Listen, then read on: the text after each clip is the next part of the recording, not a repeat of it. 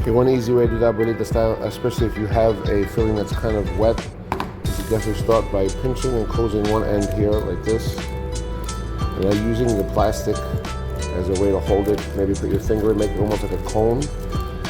Okay, hold it like this. Get your scoop. This one we want about one black level handle scoop and let it drop in like that. Okay.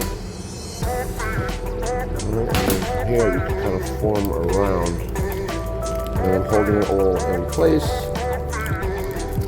And using that pressure now, take the plastic off. Keep pressing around.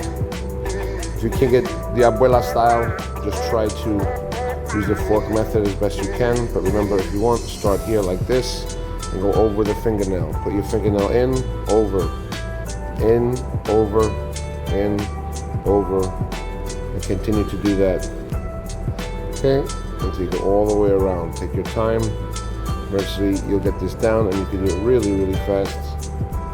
But you got a dimple over. Make a dimple, put it over your fingernail, make sure your fingernails are nice and clean. It's just some paint from Halloween stuff. And you have a pretty nice, decent Abuelita style. This is good, especially for when we're done frying. Okay, so now we have a nice good color on that. And you can see with the Abuelita style that it is really sealed nicely and it's not bursting or the messiness coming out. Right, drain a little bit here, tap it on some of the paper towel. And then we're going to put in our cinnamon sugar. Now, you want it to be a little dry. You don't want it to be soaking wet when you throw it in there.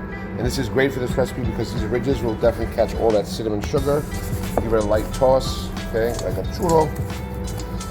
Okay, and that's pretty much what we're looking for. Get some of that cinnamon sugar in those little crevasses right there. So that's what we're looking for pretty much. We can garnish with the cream cheese icing, Nutella, other things like you've seen in previous videos. Enjoy.